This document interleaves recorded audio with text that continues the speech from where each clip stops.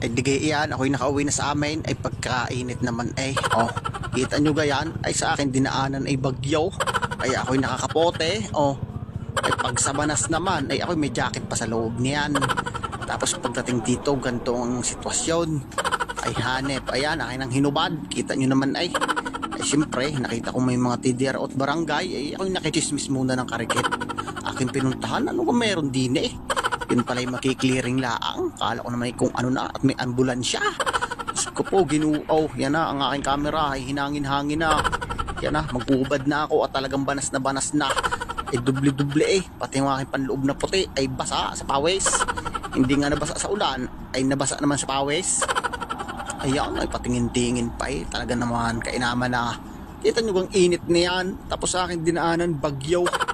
Ay, naku po, inang... Ay, yan na, gubad na. Talagang kailangan